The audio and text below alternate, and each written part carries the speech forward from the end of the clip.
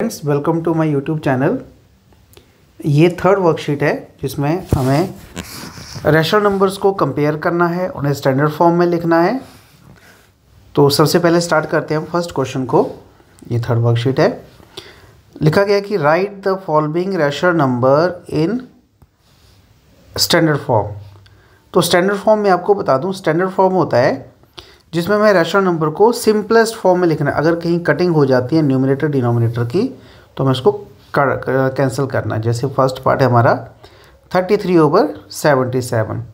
तो दोनों 33 और 77 11 के टेबल पे आते हैं। 33 आएगा 11 3 और 77 आएगा 11 7।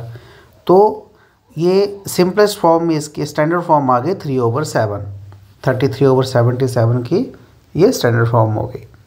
सेकेंड पार्ट में आते हैं।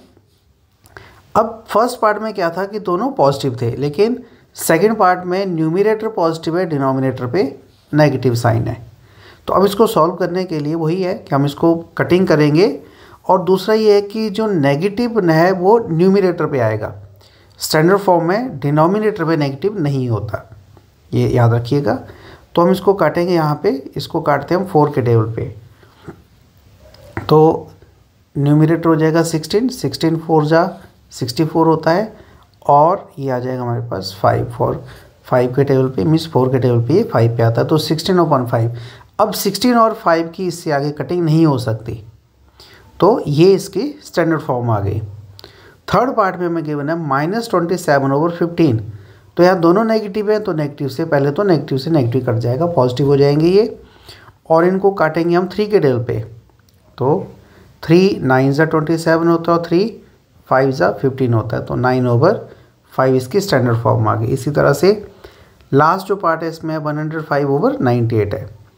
तो ये कटेगा 7 के टेबल पे। तो ये अपना आएगा माइनस, क्योंकि माइनस है न्यूमरेटर के साथ, -15/14। तो -15/14 इसकी स्टैंडर्ड फॉर्म आ गई। ये फर्स्ट क्वेश्चन था। अब सेकंड क्वेश्चन में है कि फाइंड x। आप देख रहे हो यहाँ पे इसके 4 पार्ट्स हैं और चारों पार्ट्स में हमें x की बने, फर्स्ट में भी, सेकंड में भी, थर्ड में भी और फोर्थ में भी। हमें इस x की वैल्यू फाइंड करनी है। तो x की वैल्यू फाइंड करने के लिए इसने कंडीशन दी है कि that the rational number in each of the following pair become equivalent. अब इक्विवेलेंट ये कब बनेंगे? जब इनमें इक्वालिटी आएगी। क्योंकि हमें x की वैल्यू फाइंड करनी है, तो हम क्या करेंगे, इसको इस तरह से लिखेंगे। मैं यहाँ सॉल्व कर देता हूँ। 9/-5 = x/10। हमने बीच में इक्वालिटी ले ली। अब क्रॉस मल्टीप्लाई करना है इनको। हम इनको क्रॉस मल्टीप्लाई से सॉल्व करेंगे। तो मैं पहले x वाली फॉर्म लिख देता हूँ। तो ये हो जाएगा -5x = 9 × 10। इनको मल्टीप्लाई करने की, 9 और 10 को मल्टीप्लाई करने की ज़रूरत नहीं है, आगे हम डिवाइड कर देंगे। तो ये हो जाएगा 9 × 10/-5। तो 5 से 10 कट जाएगा, 5 1 5, 5 2 10। तो हमारे पास आ गया -18। ये माइनस कहाँ से आया? क्योंकि ये जो -5 था ये न्यूमरेटर डिनोमिनेटर में आ जाएगा और स्टैंडर्ड फॉर्म में ऊपर चला जाएगा। तो x की वैल्यू फर्स्ट केस में आ गई -18। अब इसी तरह से हम सेकंड क्वेश्चन ले लेते हैं। तो दोनों को हम वैसे ही इक्वेट करेंगे, और इक्वेट करने के बाद यही सेम कैलकुलेशन हम करते हैं इसमें भी। तो ये हमारे पास हो गया 8/7 = x/-35। अब फिर वही आ गया कि 7 × x = 8 × -35। अब ये 7 डिवाइड कर जाएगा, तो ये 5 को काटेगा, ये -5 हो गया। तो x हमारे पास आएगा -40। तो x की वैल्यू यहाँ पे आएगी -40। तो ये -40 आ गया। जो इसका थर्ड पार्ट है, तो थर्ड पार्ट में देखो आपके पास है 36/x और 2। अब 2, क्योंकि इसमें डिनोमिनेटर पार्ट यहाँ पे मिसिंग है, दिखाया नहीं गया है, लेकिन हम इसको लिखेंगे 2/1। तो क्रॉस मल्टीप्लाई करना है। जब इसको क्रॉस मल्टीप्लाई करेंगे तो x के साथ 2 मल्टीप्लाई हो जाएगा 2x और = 36। अब ये 2 जो लेफ़्ट साइड में मल्टीप्लाई कर रहा है उधर डिवाइड कर जाएगा, तो x = 18 हमारे पास आंसर आएगा। सिमिलरली फोर्थ पार्ट में भी अगर आप देखें तो इसको क्रॉस मल्टीप्लाई करेंगे तो हमारे पास हो जाएगा x इक्वल्स टू -13 इंटू 6, तो x आ गया हमारे पास -78। तो ये x की वैल्यू है। तो इसके 4 पार्ट्स है जिसमें हमें x फाइंड करना था और इनको क्या किया हमने इक्विवेलेंट रैशनल नंबर के फॉर्म में इक्वालिटी बीच में लगा दी। थर्ड क्वेश्चन है check whether the following rational numbers are in standard form, if not write them in standard form. तो फर्स्ट क्वेश्चन की तरह ही है, स्टैंडर्ड फॉर्म में लिखना है, अगर है तो ठीक है, नहीं है तो हम इसको लिखेंगे।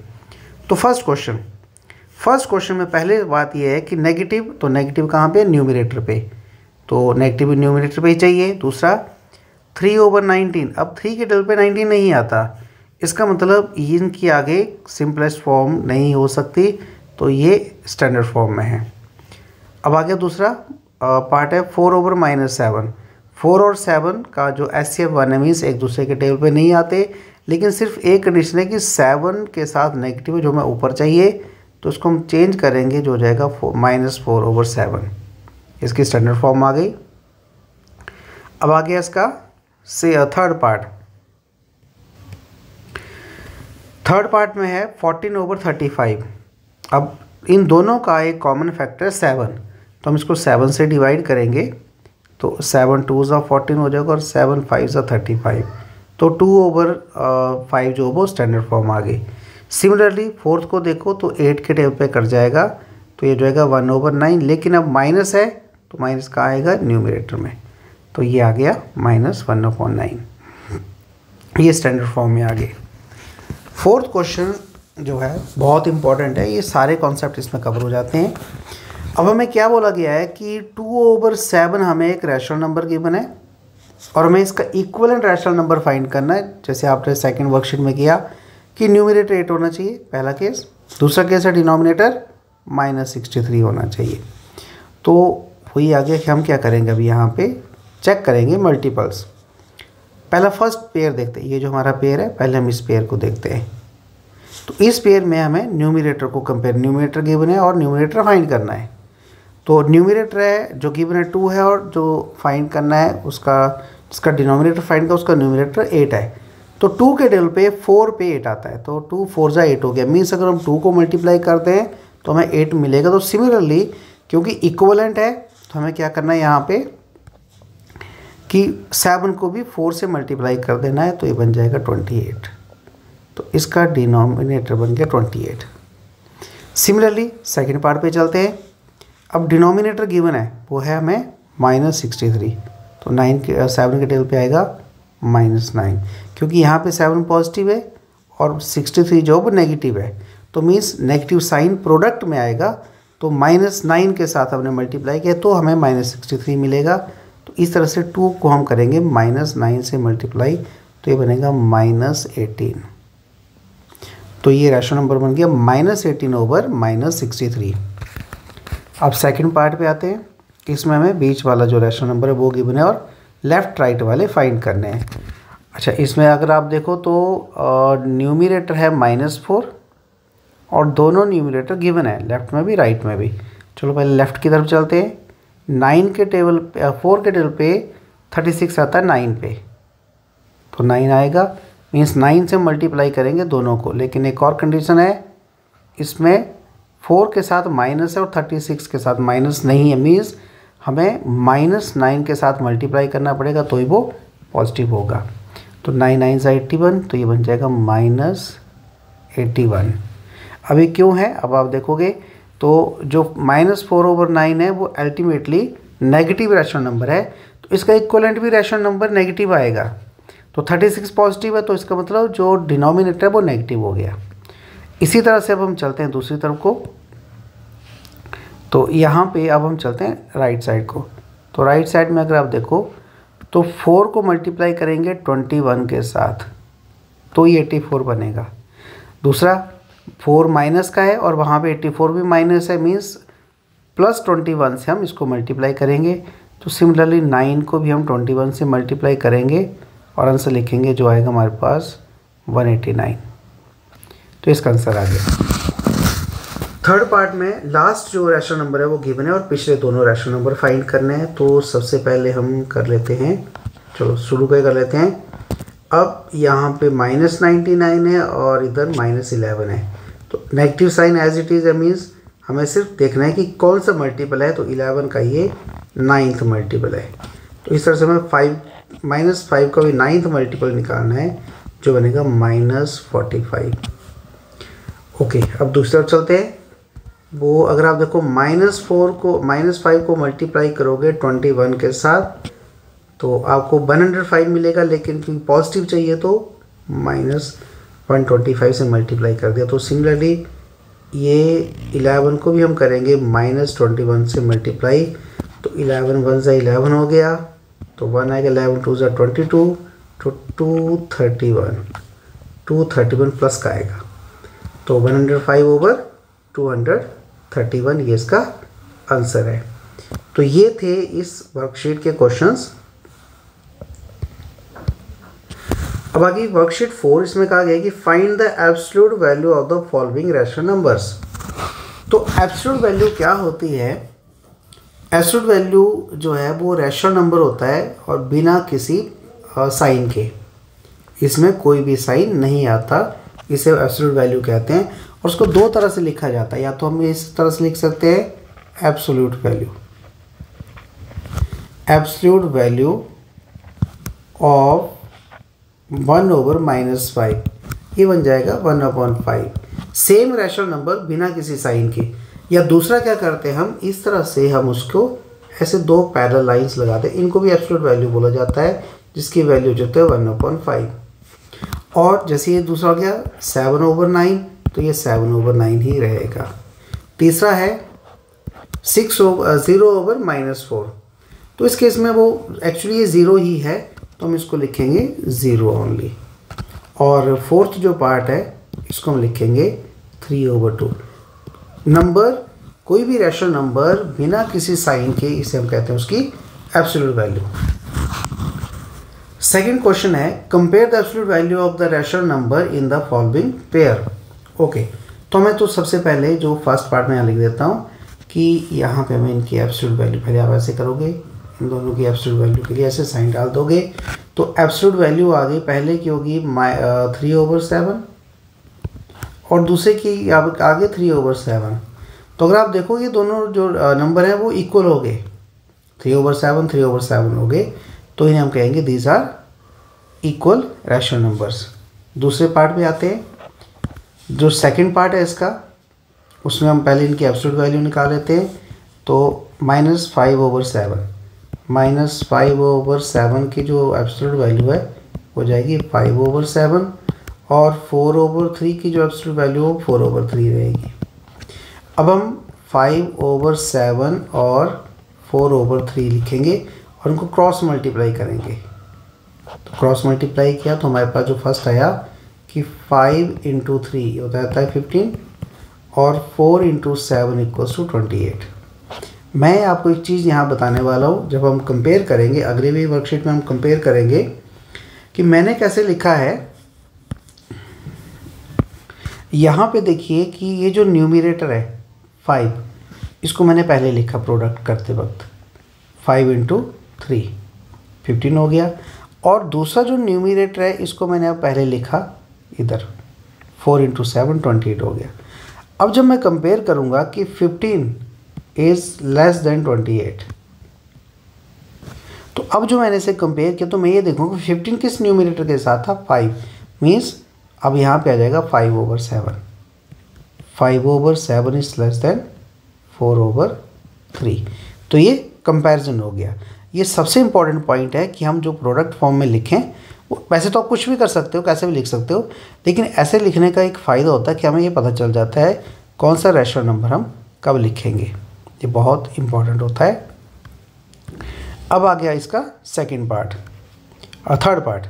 तो थर्ड पार्ट में भी हमें पहले तो इनकी एब्सोल्यूट वैल्यू लिखनी है। जरा मैं इसको रब कर लूँ,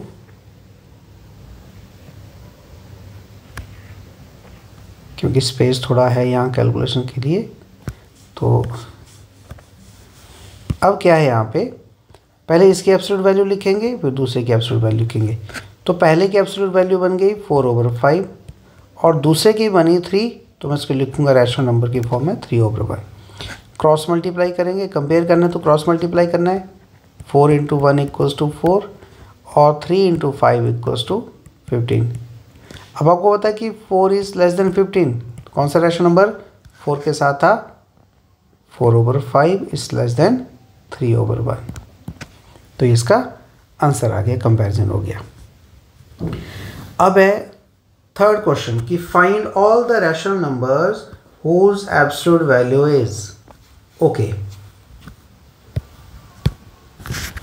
तो हमें बोला गया है कि find the rational all rational numbers, जितने भी रैशनल नंबर्स हैं, all rational numbers whose absolute value, first पे आ गया 2/5। हमें वो सारे के सारे रैशनल नंबर फाइंड करने हैं जिनकी एब्सोल्यूट वैल्यू 2/5 हो। तो इसमें अब आप क्या करो, देखो सबसे पहला तो नंबर है 2/5, ठीक है। इसकी अगर आप एब्सोल्यूट वैल्यू करो, मैं ऐसे लिख देता हूँ 2/5, तो ये 2/5 आएगी। दूसरा आ गया -2/5, हमने क्या किया, न्यूमरेटर को पॉजिटिव कर दिया, सॉरी नेगेटिव कर दिया। अब इसकी एब्सोल्यूट वैल्यू निकालेंगे तो 2/5 आएगी। अब हम कहते हैं डिनोमिनेटर को नेगेटिव कर देते हैं, तो -2/-5। अब इस केस में भी इसकी एब्सोल्यूट वैल्यू लेंगे तो ये दोबारा से सेम आएगी। फिर आगे दोनों को नेगेटिव कर देते हैं, -2/-5। इस केस में भी अगर इनकी एब्सोल्यूट वैल्यू होते हैं तो, क्योंकि एब्सोल्यूट वैल्यू में क्या होता है, जैसे आप ये फोर्थ पार्ट में देख रहे हो, दोनों नेगेटिव होंगे तब भी एब्सोल्यूट वैल्यू 2/5 ही आएगी। तो कितने नंबर हो गए यहाँ पे हमारे पास? नंबर आ गए, जो पहला नंबर है वो तो सेम ही रहा, क्वेश्चन जो है तो सेम ही रहा। दूसरा आ गया -2/5, तीसरा आ गया 2/-5 और चौथा आ गया -2/-5। ये 4 नंबर हैं जिनकी एब्सोल्यूट वैल्यू जो है वो 2/5 के बराबर है। अगला है 0, तो 0 में तो 0 ही रहेगा, ठीक है, ये 0 ही आंसर रहेगा इसका। थर्ड के लिए, अब थर्ड के लिए भी सेम हो गया कि पहला तो सेम ही है 3/4, और जो अगले हैं अब हम क्या करेंगे, सेकंड के लिए न्यूमरेटर को माइनस कर दिया और डिनोमिनेटर को पॉजिटिव रखा। थर्ड केस के लिए न्यूमरेटर पॉजिटिव कर दिया तो डिनोमिनेटर नेगेटिव कर दिया, और फोर्थ केस के लिए दोनों ही हमने नेगेटिव कर दिए। अब आप इनकी एब्सोल्यूट वैल्यू, हमारा आंसर है। अब देखिए इसमें क्या करता हूँ मैं, अगर मैं इनकी एब्सोल्यूट वैल्यू लिखूँ, ये एब्सोल्यूट वैल्यू, इसकी एब्सोल्यूट वैल्यू, इसकी एब्सोल्यूट वैल्यू, सबकी मैं एब्सोल्यूट वैल्यू लिखूँगा तो सबकी क्या होगी, 3/4। तो इसलिए हर केस में 0 के अलावा जितने भी नंबर्स होंगे वो 4 केसेस बन जाते हैं, 1 को छोड़ के। 1 में भी नहीं ज़्यादा होते, 1 में सिर्फ 1 और -1 नहीं आता है। तो बाकी जितने भी रैशनल नंबर्स हैं उनमें हम ये कर सकते हैं, ये इसका आंसर है। ये वर्कशीट 5 है, इसमें मैं एक्चुअली नंबर लाइन पे बताना है। जैसे यहाँ पे देख रहे हो आप ये, तो ये नंबर लाइन यहाँ पे बनी हुई, तो मैं आपको यहीं से एक्सप्लेन कर देता हूँ उसको, कि ये बीच में आ गया 0, फिर ये आ गया 1, ये है 2, ये अगला 3, 4, 5, 6, 7, 8, 9, 10, ऐसे ये पॉजिटिव साइड है, नंबर लाइन की पॉजिटिव साइड है। और दूसरी जो 0 से लेफ्ट साइड में है वो नेगेटिव नंबर्स आएंगे। ये 0 है बीच में, 0 से जब हम राइट साइड को चलेंगे तो इसमें जितने भी नंबर है पॉजिटिव होंगे, और लेफ़्ट साइड को चलेंगे तो नंबर नेगेटिव होंगे। अब हम यहाँ फर्स्ट क्वेश्चन लेते हैं कि on the number line all the numbers to the right of 0 are positive.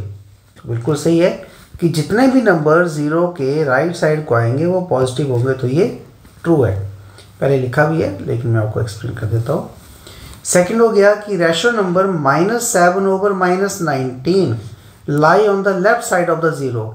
अगर आप देखो तो -7/-19, क्योंकि ये अल्टीमेटली ये पॉजिटिव रैशनल नंबर है, क्योंकि माइनस से माइनस कट जाएगा तो ये रहेगा 7/19। तो ये पॉजिटिव है तो कहाँ आएगा, ये राइट साइड में आएगा, और इसने किस तरफ बोला, लेफ्ट साइड, इसलिए ये फॉल्स है। अगला आ गया हमारे पास, इसका जो नेक्स्ट पार्ट है वो ये कह रहा है कि on number line number become progressively larger as we move away from 0। Okay, तो ये कह रहा है कि ये 0 है, यहाँ पे 0 है, और 0 से जैसे हम दूर जाते जाएंगे, चाहे वो लेफ्ट साइड को चले चाहे राइट साइड को चले, तो नंबर बड़े होते जाएंगे। क्या बोला इसने, numbers become progressively large, large means बड़े होते जाएंगे, बढ़ते जाएंगे as we move away from the zero, zero से हम दूर जाएंगे। तो होता क्या है देखिए, जब हम बात करते हैं राइट साइड की, ज़ीरो के राइट साइड की, तो हमारे पास आ रहा है 1 आ रहा है, 2 आ रहा है, 3 आ रहा है, 4 आ रहा है, 5 आ रहा है, 6 आ रहा है, 7, तो नंबर बढ़ रहा है। लेकिन जब हम चलते हैं लेफ्ट साइड को तो गया -1, -2, -3, -4, -5 इस तरह से। तो इसमें क्या होता है, नंबर छोटे होते जाते हैं, क्योंकि -1 जो है वो सबसे बड़ा नेगेटिव नंबर है, और -2 1 से छोटा हो गया, -3 जो है -2 से छोटा है, तो नंबर जो है वो स्मॉलर होते जाते हैं, इसलिए स्टेटमेंट फॉल्स है। जो फोर्थ वाली है वो फॉल्स है। फिफ्थ है, rational number 2/3 and -2/3 are at equal distance from zero. Okay, ये बहुत इंपॉर्टेंट क्वेश्चन है कि मैं जरा ये पहले रब कर दूँ, थोड़ा समझाने के लिए ईजी रहेगा। ये कह रहा है कि हमारे पास दो रैशनल नंबर है, इसी नंबर लाइन पे मैं एक्सप्लेन कर देता हूँ। ये हमारे पास एक नंबर लाइन है, ये हो गया बीच में 0, ये आ गया 1, फिर आ गया 2, ये आ गया -1, ये हो गया -2। तो इसमें मतलब 2/3 हम ये मान के चलते हैं। चलो मैं आपको यहाँ बताता हूँ, अगर 3 का डिवीज़न है ये 1 2 3, ओके 1 2 3, और इधर से आ गया 1 2 3, फिर 1 2 3, ओके 2/3 जो है, अगर हम इसका देखें तो 2/3 ये बना, ये जो नंबर है अकॉर्डिंग टू ये बनेगा 2/3, और -2/3 बनेगा, और दूसरा 1 2, ये जो नंबर है वो बनेगा -2/3। तो 0 से जो है ये इक्वल डिस्टेंस पे होगा। कोई भी नंबर है, अगर मैं सिंपल एग्जांपल बताऊँ आपको कि 0 से लेके 1 तक और 0 से लेके -1 तक का डिस्टेंस सेम रहता है, और जब मेरे पास -2/3 है और 2/3 है, ये दोनों सेम नंबर है, एक 0 के लेफ्ट आएगा, एक 0 के राइट में आएगा, तो इन दोनों के बीच का जो डिस्टेंस है वो बराबर रहेगा, तो ये ट्रू है। फिफ्थ पार्ट है, ऑन नंबर लाइन लेफ्ट, और नंबर लाइन जो लेफ्ट में आएंगे of the given number is greater, कि जो भी नंबर लेफ्ट में आएगा नंबर लाइन पे वो बड़ा होगा। तो जब हम नंबर लाइन ऐसे बनाते हैं इस तरह से, ये नंबर लाइन है 0, ये 1 हो गया, 2 हो गया, 3 हो गया, सो ऑन, -1 -2, तो उसने बोलो जो भी नंबर लेफ्ट में आएगा वो बड़ा होगा। तो देखो इसके तो 1 के बाद राइट में आ गया 2, तो बड़ा है, लेकिन 2 के लेफ्ट में आ गया 1 जो छोटा है, तो इसका मतलब ये स्टेटमेंट फॉल्स है। तो ये थे आपकी वर्कशीट 5।